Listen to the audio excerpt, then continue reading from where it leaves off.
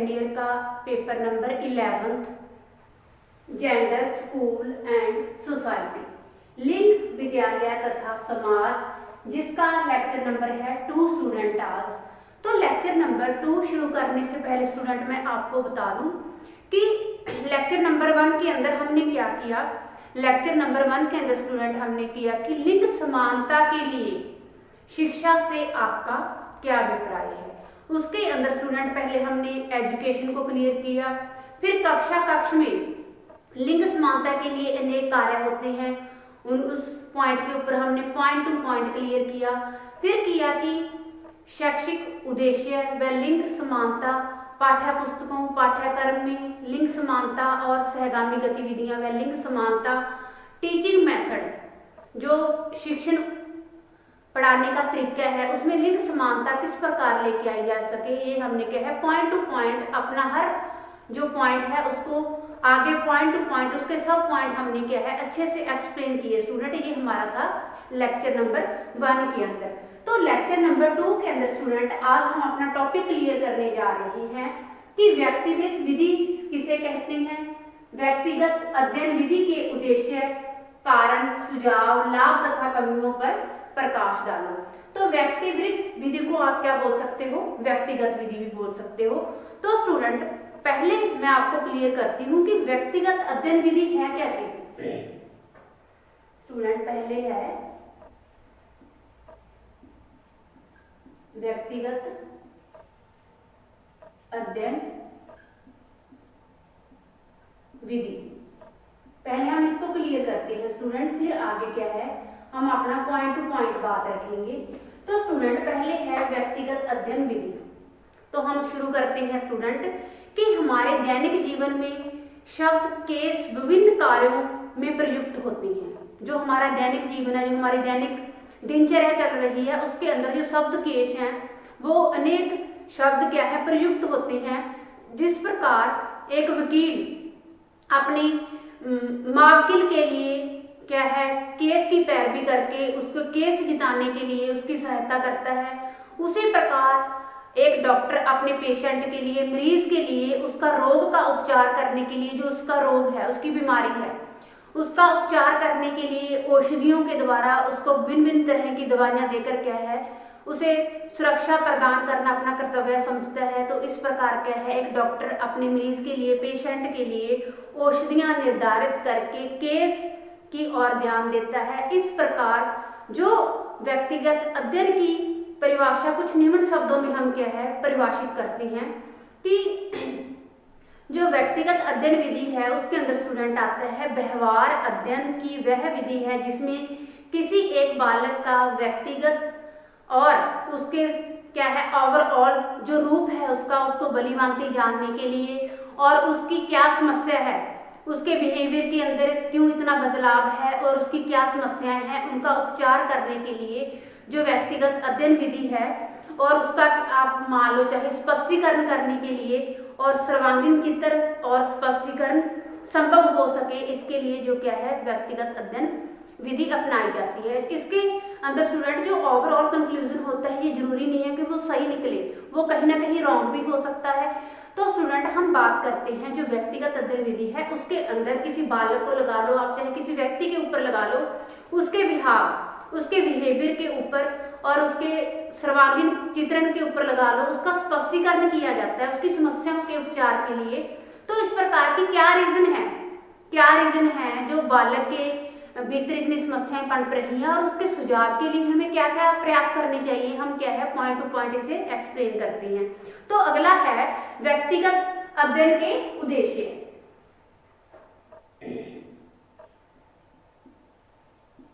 व्यक्तिगत अध्ययन के उद्देश्य। अब व्यक्तिगत अध्ययन के उद्देश्य कौन कौन से हैं स्टूडेंट, इसे भी हम 2 पॉइंटों के अंदर अलग अलग एक्सप्लेन करेंगे। तो पहला जो पॉइंट है इसके अंदर व्यवहारात्मक समस्याओं का निदान और उपचार। वह व्यवहारात्मक समस्याओं, व्यवहारात्मक समस्याओं का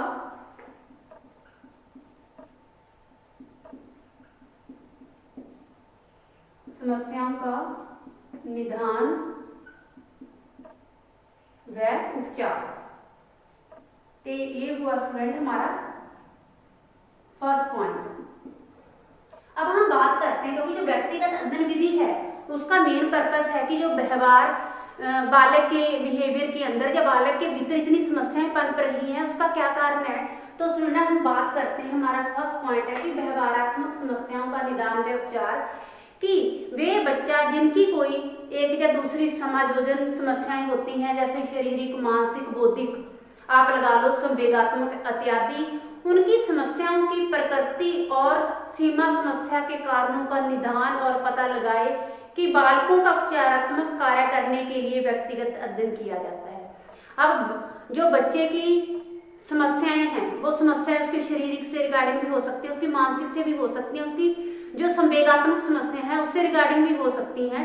तो स्टूडेंट इनका उपचार और निदान इस प्रकार करना कि जो उनके ये भीतर ये समस्याएं पनप रही हैं, उनके अंदर जो समस्या पनप रही हैं उनका कारण क्या है, तो उनका पता लगाने के लिए उनका निदान और उपचार करना व्यक्तिगत अध्ययन विधि है। सेकंड पॉइंट है स्टूडेंट की अधिक अच्छा मार्गदर्शन और परामर्श देने के लिए। मार्गदर्शन और परामर्श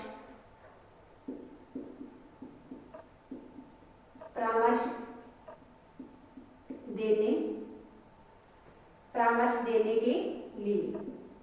अब हम स्टूडेंट बात करते हैं कि अधिक अच्छा मार्गदर्शन और परामर्श देने के लिए कि बच्चों की लाइफ के अंदर हम उनको गाइडलाइन ऐसी दे ताकि जो बच्चे का है ओवरऑल एक तो विकास हो सके और अपना जो भावी लाइफ के अंदर क्या है बालक इतना सक्सेसफुल हो सके, उसका इतना अच्छा विकास हो सके कि वो अपनी लाइफ के अंदर अपने पैरों पर खड़ा हो सके और रोजी रोटी के साधनों से क्या है अच्छे से मिल सके। तो इस प्रकार स्टूडेंट उसके लाइफ के अंदर, उसके जीवन के अंदर, चाहे वो शिक्षक द्वारा उसका मार्गदर्शन किया जा रहा है, चाहे वो टीचर के द्वारा, चाहे वो माता पिता के द्वारा किया जा रहा है। तो इस प्रकार स्टूडेंट व्यक्तिगत अध्ययन माता पिता, अध्यापकों और मार्गदर्शन कर्मचारियों को अपने कार्य प्रभावशाली ढंग से करने में सहायता करता है कि किस प्रकार हमने अपने बालक को, हमने अपने बच्चे को इसने इतना अच्छा गाइडलाइन और मार्गदर्शन करना है कि अपना लाइफ के अंदर अच्छे से अपना विकास कर सके। अगला पॉइंट है स्टूडेंट, अपना टॉपिक हम इसी के अंदर क्लियर करने जा रहे हैं, कारण तो क्या है स्टूडेंट, हम पॉइंट टू पॉइंट एक्सप्लेन करेंगे। जो कारण है, क्या कारण है इनके जो बच्चे के अंदर इतनी समस्याएं पनपती हैं। तो फर्स्ट पॉइंट है स्टूडेंट कि उसे अपने माता पिता और अध्यापक से कोई संवेगात्मक सहारा नहीं मिलता। अगर उसके अपने माता पिता और अध्यापक से क्या है, अगर संवेगात्मक उसके दुख सुख बढ़ाने वाला, उसको समझने वाला मिले तो कोई समस्या ही ना उत्पन्न हो। इससे क्या है, क्यों इतनी समस्याएं पैदा होती हैं शारीरिक, मानसिक, संवेगात्मक, क्योंकि उसे जो संवेगात्मक सहारा अच्छे से नहीं मिलता। सेकंड पॉइंट है स्टूडेंट इसी के अंदर कि यौन व्यवहार में असाधारण रुचि का कारण उसके माता पिता और उसकी बहनों का असाधारण लैंगिक व्यवहार भी हो सकता है। क्यों? क्योंकि माता पिता अपने बच्चों की उपस्थिति की चिंता किए बिना लैंगिक रुचि रखते हैं। बड़ी बहनों की लैंगिक रुचियां और संबंध हैं, यही उसके असाधारण लैंगिक व्यवहार का मुख्य कारण स्कूल में सह शिक्षा नहीं है और उनके विपरीत लिंग से मिलने के अवसर नहीं मिलता। इससे उनकी जो क्या है लड़कियों को स्थाना प्रारंभ कर देते हैं। ये भी क्या है व्यक्तिगत अध्ययन का एक विधि का एक प्रमुख कारण है, व्यक्तियों के अंदर जो बालकों के अंदर समस्याएं पनपती हैं। थर्ड पॉइंट है स्टूडेंट इसी के अंदर कि नियमित सहपाठी क्रियाओं और सामाजिक रुचि की क्रियाओं को कोई सुविधाएं नहीं है। अध्यापक की जरूरतमंद बच्चों की शैक्षिक और मनोवैज्ञानिक मार्गदर्शन नहीं होते, क्योंकि जो शैक्षिक सुविधाएं इतनी उपलब्ध नहीं होती, जो अध्यापक है वो अपने बच्चों का मार्गदर्शन नहीं कर पाते। तो इस प्रकार क्या है, जो कारण है, जो उनके समस्याएं पनपने के उनके भीतर उनके अंदर कारण है, तो यही कारण है क्योंकि अध्यापक उनका प्रॉपर से क्या है मार्गदर्शन नहीं कर रहे और उन्हें शिक्षा से संबंधित अच्छी गाइडलाइन नहीं दे रहे। ये तो हुआ हमारे स्टूडेंट 3 पॉइंट कार्य के अंदर। अब हम क्लियर करते हैं कि जो उपचारात्मक कार्य सुझाव क्या है स्टूडेंट, मैं यहाँ पे लिख लेती हूँ।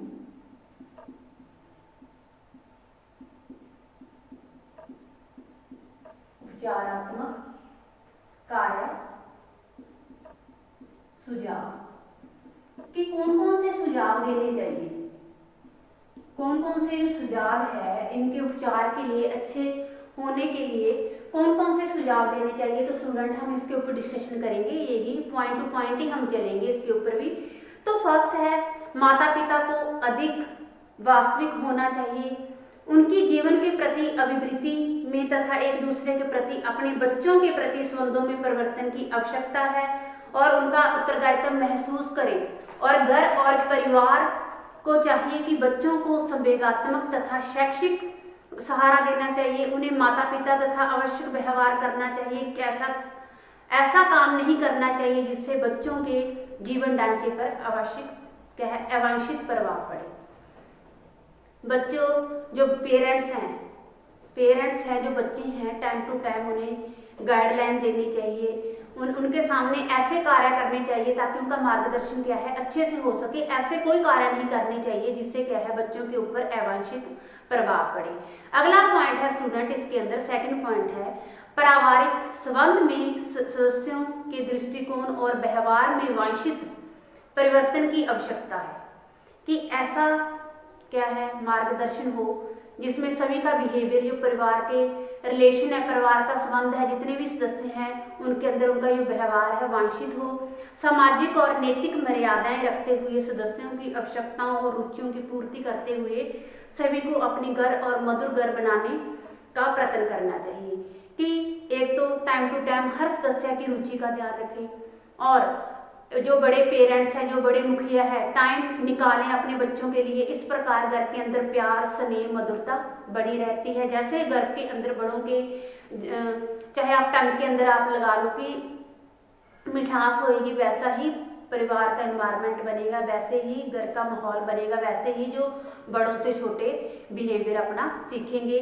थर्ड पॉइंट है स्टूडेंट की शिक्षण की उचित विधि सामाजिक और सामूहिक और स्कूल में अनुशासन के स्तर पर स्कूल में सुधार की आवश्यकता है। नरेंद्र जैसे विद्यार्थियों का उन्हें उचित क्या है स्कूल में प्राप्त ध्यान भी रखना चाहिए और उन्हें क्या है मार्गदर्शन भी करते रहना चाहिए। जो ऐसे विद्यार्थी हैं जो किसी न किसी कारणवश पिछड़ गए हैं या ऐसी गलत परिस्थितियों के अंदर पड़ रही हैं कि उनकी हरकतों पर पेरेंट्स को भी क्या है शर्म आती है, तो स्टूडेंट हर स्कूल की ये आवश्यकता बनती है कि जो नरेंद्र जैसे विद्यार्थी हैं तो जो क्या है ऑपोजिट कोई कार्य ऐसे कर रही हैं, तो हर स्कूल का कर्तव्य बनता है कि उन्हें प्रॉपर टाइम पर गाइडलाइन दी जाए। ये स्कूल की एक मेन आवश्यकता है, नीड है। तो ये स्टूडेंट हमारे क्लियर हुआ पॉइंट कि उपचारात्मक कार्य सुझाव जो हमने पॉइंट टू पॉइंट क्लियर किया। अब हम बात करते हैं स्टूडेंट की व्यक्तिगत अध्ययन विधि के लाभ।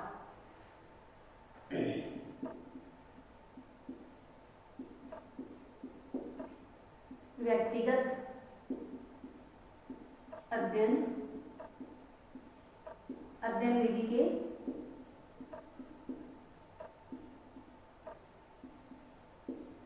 लाभ। अब व्यक्तिगत अध्ययन विधि के लाभ स्टूडेंट कौन कौन से हैं, इसे भी हम क्या है पॉइंट टू पॉइंट ही डिस्कशन करेंगे। तो फर्स्ट पॉइंट है स्टूडेंट मेरा इसके अंदर कि व्यक्तिगत अध्ययन में किसी एक बालक के व्यवहार से जुड़ी हुई सभी बातों का अध्ययन में संपूर्ण रूप तथा प्रवेश में अध्ययन किया जाता है। इसका गहन तथा गंभीर अध्ययन करने का श्रेय केवल इस विधि को ही प्राप्त है। ऐसे अध्ययन से व्यवहार और उसके कारणों से क्या है तह तक पहुंच पाते हैं और क्या है तह तक ही पहुंच पाना संभव है। तो स्टूडेंट जो ये विधि है, विधि में क्या है एक बालक एक ही टाइम में एक बालक के ऊपर जो है अध्ययन भी किया जा सकता है और ये बहुपक्षीय भी हो सकता है। तो जब इसका अध्ययन किया जाता है एक बालक के बिहेवियर पर, तो क्या है हम इसके तह तक पहुंच जाते हैं। तह तक हम हर कमी को क्या है तराशने की कोशिश करते हैं। ये नहीं है कि उसका रिजल्ट हमें पॉजिटिव ही मिलेगा, उसका रिजल्ट हमें क्या है जो सोच से परे भी मिल सकता है। तो ये क्या है, इसका एक लाभ है कि हम इसकी तह तक पहुंच के हर चीज को पाने की कोशिश करते हैं। सेकंड पॉइंट है स्टूडेंट की समस्यात्मक असमायोजित व्यवहार से ग्रस्त बालकों के व्यवहार का अध्ययन, चयन कर उन्हें समायोजन में उचित सहायता प्रदान करने के कार्य में यह एक क्या है विधि सफल भूमिका निभाती है।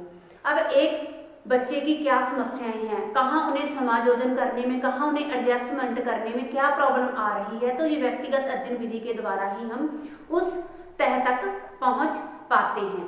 अगला पॉइंट है स्टूडेंट की इस विधि में अध्ययन का क्षेत्र काफी विस्तृत है। मीन्स ये क्षेत्र इसका क्या है, सीमित नहीं है, काफी फैला हुआ है। बहुत से लोगों तथा बहुत प्रकार के रिकॉर्ड सूचना को इसमें क्या है प्रयोग किया जाता है। और क्या है इसका प्रयोग एक विश्वसनीय अध्ययन के परिणाम परिश्रम जो मेहनत से तैयार होने के कारण ये अधिक विश्वसनीय और यथार्थ सिद्ध हो सकती है। अगर हम इस विधि को क्या है अधिक लगन के साथ करते हैं, अधिक मेहनत के साथ करते हैं, हर चीज की तह तक पहुंच के करते हैं, तो ही ये स्टूडेंट क्या है अच्छी हमारे लिए अधिक सिद्ध साबित हो सकती है। अगर कहीं ना कहीं कुछ स्टेप, कुछ कारण वजह से कुछ ना कुछ छूट जाता है तो वो हमारे लिए क्या है असिद्ध साबित हो सकती है। तो हम किसी भी स्टूडेंट के ऊपर क्या है ये ठोस सबूत नहीं कर सकते कि हाँ इसके बिहेवियर के अंदर ये कारण है चेंज होने के। तो ये स्टूडेंट क्या है हमें पता अच्छे से करना होगा, स्टेप टू स्टेप जाकर हर क्या है खोज को और इसमें जो उपयोग करके क्या है इसके अंदर हर चीज को अच्छे से यथार्थ सिद्ध किया जा सकता है। अगला पॉइंट है स्टूडेंट, फोर्थ पॉइंट है व्यक्तिगत अध्ययन के द्वारा बहुत सी ऐसी गुप्त बातों और अवचेतन व्यवहार के परतों को खुरेदा जा सकता है जिसके बारे में किसी और व्यवहार जांच विधि द्वारा सहायता नहीं है। जो व्यक्तिगत अध्ययन विधि है स्टूडेंट, इसके द्वारा क्या है ऐसी बातें होती हैं, ऐसे कारक होते हैं जिसे अच्छे से खुरेदा जा सकता है। इससे क्या है और हमें अच्छे से इसका और कोई अगर हम किसी एक चीज को भी छोड़ देते हैं तो हमारे लिए वो सहायक सिद्ध नहीं होती। इसलिए हम स्टेप टू स्टेप एक के बाद एक क्या है व्यवहार की जांच करते हैं और उसे क्या है यथार्थ सिद्ध करने के लिए। तो ये स्टूडेंट हुए हमारे इसके लाभ। अब हम बात करते हैं कि व्यक्तिगत अध्ययन के दोष तथा सीमाएं।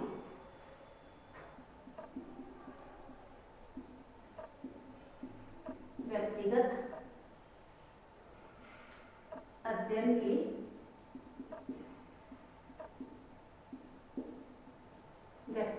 अध्ययन के दोष तथा सीमा।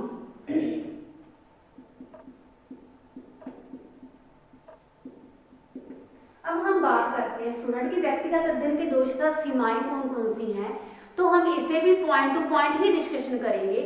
तो फर्स्ट पॉइंट स्टूडेंट इसके अंदर है कि अपने गुण तथा विशेषताओं के साथ साथ व्यक्तिगत अध्ययन विधि कुछ दोषों और प्रयोगों संबंधी कठिनाइयों के लिए भी ग्रस्त पाई जाती है जो इस प्रकार है। तो फर्स्ट पॉइंट स्टूडेंट मैं क्लियर करने जा रही हूँ। फिर व्यक्तिगत अध्ययन कार्य तकनीकी कार्य है। जो व्यक्तिगत अध्ययन कार्य है वो एक तकनीकी कार्य है। इसे ठीक प्रकार संप्रेषित करने के लिए अच्छी प्रकार प्रशिक्षण लेने की आवश्यकता है, क्योंकि जो व्यक्तिगत अध्ययन विधि है, व्यक्तिगत जो कार्य है वो तकनीकी कार्य है। ये नहीं है कि हर कोई इंसान उठे और बोले कि मैं व्यक्तिगत अध्ययन विधि करता हूँ या किसी के बालक के ऊपर कि क्या प्रॉब्लम है। ये हर किसी इंसान की बस की जो बात है वो नहीं है, क्योंकि इसके लिए अच्छी ट्रेनिंग की जरूरत है। अगर ट्रेंड है कोई भी पर्सन तो ही क्या है वो व्यक्तिगत अध्ययन विधि कर सकता है। क्या बालक की समस्याएं हैं वो मानसिक है, सामाजिक है, संवेगात्मक है, ठीक है, ये समस्याएं हैं तो स्टूडेंट क्या है व्यक्तिगत अध्ययन विधि सक्सेसफुल है, अदरवाइज ये क्या है अयथार्थ सिद्ध हो सकती है। तो ये भी इसके अंदर एक कमी पाई जाती है। सेकंड पॉइंट है स्टूडेंट इसके अंदर कि व्यक्तिगत अध्ययन में सूचना स्रोत काफी क्षेत्र में फैला हुए होते हैं। इतनी सारी सूचना इकट्ठी करना सहज नहीं, क्योंकि जो सूचना स्रोत है वो काफी हद तक फैले हुए होते हैं और इतनी जो सूचना है वो क्या है इकट्ठी करना हर इंसान के बस की बात नहीं है, तो ये भी कमी हमें कहीं ना कहीं मिलती है। थर्ड पॉइंट है स्टूडेंट कि इस विधि में निरंतर या व्यवस्थित परिस्थितियों में अध्ययन होना संभव नहीं होता, कि एक कंट्रोल के कारण चाहे आप अलग अलग परिस्थितियां हैं, इसके कारण हम किसी व्यक्ति के ऊपर अच्छे से अध्ययन नहीं कर पाते। तो वैज्ञानिकता और प्रामाणिकता इस प्रकार के अध्ययन में लगभग अध्ययन क्या है स्टूडेंट, सा पाया जाता है। ये हुआ हमारा स्टूडेंट थर्ड पॉइंट क्लियर। अब हम करते हैं फोर्थ पॉइंट कि इस विधि का प्रयोग क्षेत्र भी सीमित है। जो इस विधि के प्रयोग के अंदर क्षेत्र क्या है, सीमित है, क्योंकि हम अधिक विस्तृत क्षेत्र तक इसे जो फैला हुआ होता है वहां तक, इसकी तह तक जाकर हम क्या है इसकी खोज नहीं कर सकते। प्राय समस्यात्मक बालकों के व्यवहार अध्ययन में इसका प्रयोग किया जाता है। ये हर इंसान के ऊपर इस विधि को लागू नहीं किया जा सकता। जिनके अंदर अलग अलग समस्याएं पनप रही हैं, वो समस्याएं कौन कौन सी हैं स्टूडेंट, तो इसके ऊपर क्या है हम अध्ययन करते हैं। अगला पॉइंट है स्टूडेंट कि प्राप्त सूचनाओं तथा सामग्री के आधार पर ही व्यवहार कारणों की उचित व्यवस्था और फिर सामान्य नियम स्थापित कार्य करने में अध्ययनकर्ता को काफी कठिनाई आती है तथा बहुधा गलत विशेषण को ही संभावना अधिक रहती है। अगला पॉइंट है स्टूडेंट कि जिन स्रोतों तथा साधनों का उपयोग इस विधि में सूचना इकट्ठी करके के लिए किया जाता है, उनकी विश्वसनीयता और वस्तुगतता के बारे में किसी भी प्रकार की गारंटी नहीं दी जा सकती। बहुधा इसमें त्रुटि अधिक आकांक्षा रहती है, क्योंकि जिस व्यक्ति के ऊपर जो विधि लागू की जा रही है हम उसके बारे में क्या है अधिक विश्वसनीय के साथ हम ठोस सबूत नहीं दे सकते कि ये चीज हम ऐसे कर देंगे, क्या प्रॉब्लम है इसके बिहेवियर के अंदर, क्यों नहीं एडजस्ट कर पा रहा है जो दूसरों के अंदर। तो ये क्या स्टूडेंट हम क्या है किसी को गारंटी नहीं दे सकते इसके बारे में, तो ये क्या है ज्यादा विश्वसनीय है, जो विधि सिद्ध भी नहीं हो सकती। तो ये स्टूडेंट हुआ हमारा व्यक्तिगत अध्ययन के दोष तथा सीमाएं। अब हम करते हैं एंड में, जैसे मैंने आपको बताया पहले भी, जब भी आप अपना टॉपिक एंड करते हैं उसके अंदर आप क्या है निष्कर्ष जरूर लिखो। निष्कर्ष के अंदर क्या है स्टूडेंट, आपने अपने टॉपिक से रिगार्डिंग जो कंक्लूजन लिखना है, जो निचोड़ लिखना है पूरा, जो आपने क्वेश्चन अपना पूरा किया है। तो निष्कर्ष में हम कहेंगे स्टूडेंट कि अपने इन उपरोक्त दोषों और कमियों के बावजूद व्यक्तिगत अध्ययन विधि की महत्वता मुंह से नहीं मोड़ा जा सकता। बालकों को उनके व्यवहार संबंधी मूल कारणों का पता लगाने के लिए क्या है इस विधि का कोई मुकाबला नहीं है, क्योंकि व्यक्तिगत अध्ययन विधि के द्वारा ही हम व्यक्ति की जो समस्याएं हैं, जो प्रॉब्लम है, उन्हें क्या है हम इसका दूसरे विधियों के द्वारा हम कोई मुकाबला नहीं कर सकते। अतः बाल व्यवहार के अध्ययन में इस विधि को सदैव ही उपयुक्त स्थान मिला है, क्योंकि जो स्टूडेंट एंड में यही कंक्लूजन निकलता है कि जो बालकों के भीतर समस्याएं पनप रही हैं वो व्यक्तिगत अध्ययन विधि के द्वारा ही हम उसे सुलझा सकते हैं। वो कहीं ना कहीं ये यथार्थ सिद्ध होती है, विश्वसनीय सिद्ध होती है, अगर हम जानते हैं कि इसका जो दायरा है, जो इसका क्षेत्र है वो क्या है काफी फैला हुआ है। लेकिन अगर हम इसको सीमित दायरे के अंदर भी इसका कंक्लूजन निकालें तो भी ये कहीं ना कहीं हमारे लिए फायदेमंद सिद्ध हो सकती हैं।